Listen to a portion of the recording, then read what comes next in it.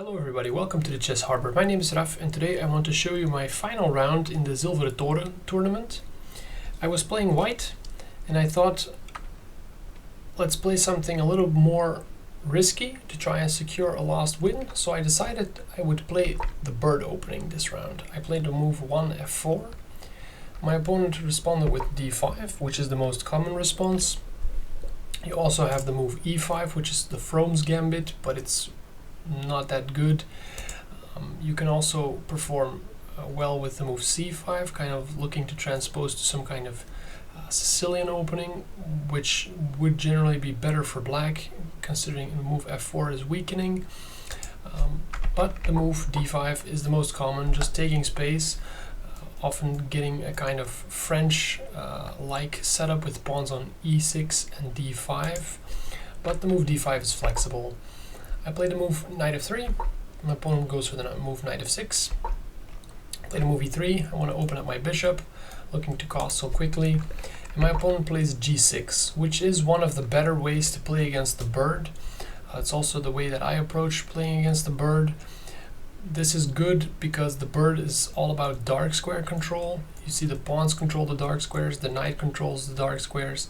Usually you also want to follow this up with the move b3 and bishop to b2. To really control all of these squares in the center.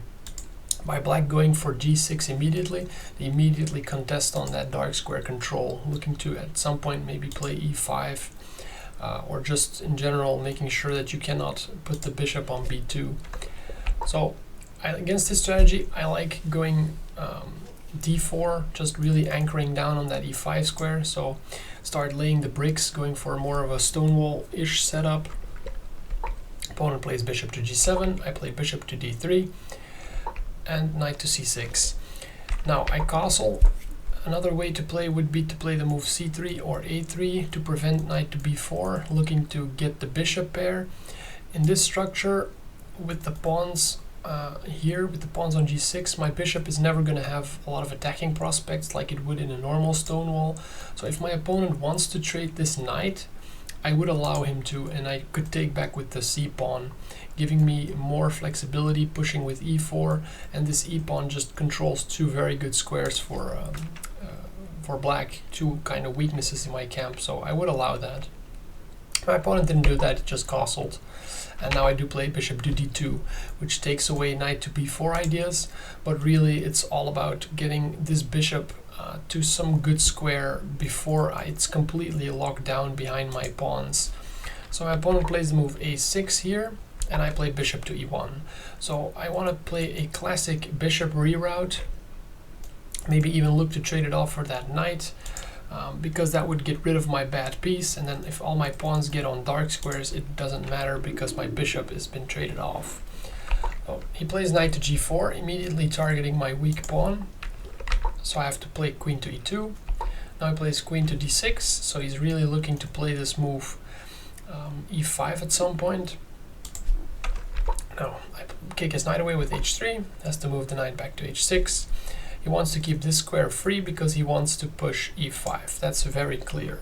I play the move c3, f6, bishop to g3, so now the bishop fights in control of the e5 square, knight to f5, bishop back to h2, queen to d7, knight b to d2, and finally the move e5.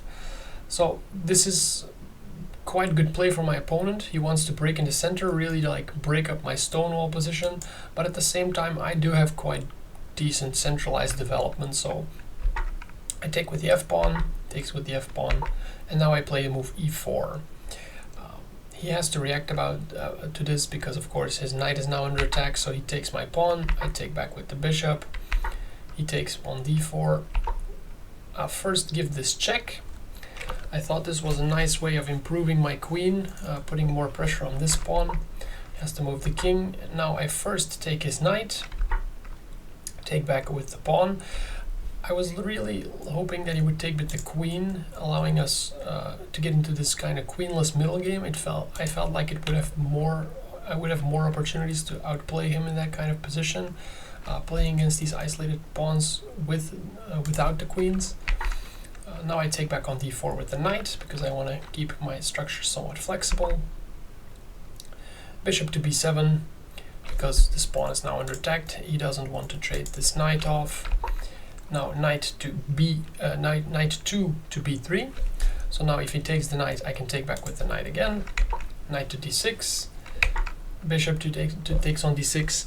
And here I was at a kind of crossroad. I thought for a long time on this position about the move queen to e6, but I couldn't really see the follow-up after queen takes, knight takes, and then maybe like rook to e8. I couldn't really see what was going on there. Turns out that this actually was the point where I was better, and the move queen to e6 would have actually been where I was better, because I can play against these isolated pawns. The bishop is kind of bad. This bishop is also looking at nothing. This bishop has some scope, and my rooks can come into the game quite easily. So it turns out that this actually was the point where I could have won the game with the move queen to e6, but I couldn't see the follow-up. I decided to chop off the knight with bishop takes on d6. So I placed c takes on d6. Now I trade a pair of rooks, and I put my other rook opposite of the queen. He plays bishop to e5, knight to e6, and this is actually a mistake. He could have won material here, but yeah, he of course wasn't focused on that. He was focused on his attack with the rook. He could have used the position of my queen to win material here by pushing the pawn.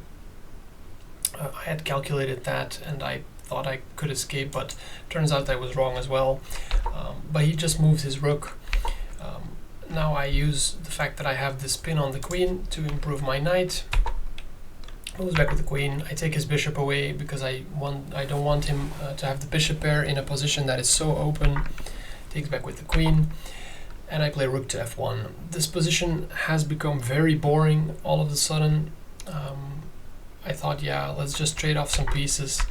He trades off, I improves the king, I centralize my queen, and we actually agreed on a draw here, which is not how I wanted to end the final round of this tournament. I really wanted to play for a win, but yeah, the position is completely equal. His bishop is not that great. My pawns are on light squares. On the other side, the pawns are completely solid. His pawns are split, so they're kind of weak. There's always ideas for me to target them. My queen is well centralized. Yeah, there is nothing much to play for in this position anymore, so the engine agrees. The engine's evaluation is minus 0.1, so clearly a draw. So we did agree on that. Still a nice way not to lose in the final round, but I was really hoping for a win, especially playing the move 1f4. I really wanted to play for a win. I couldn't show off the power of the bird. I hope that I can play this move in later games as well. I really like the move f4, getting a setup with the bishop on b2 and the knight on f3, giving so much pressure down the center. It's a nice way to play, and I want to show it to everybody in a later stage as well. Too bad that my opponent actually defended very well. He actually played this setup with the move g6, which is great against the bird. Absolutely fabulous defense by him. Really well played. So that's going to be it for this game. Somewhat fast draw. At least it was not a loss in the final round. Thanks everybody for watching. See you guys in the next video.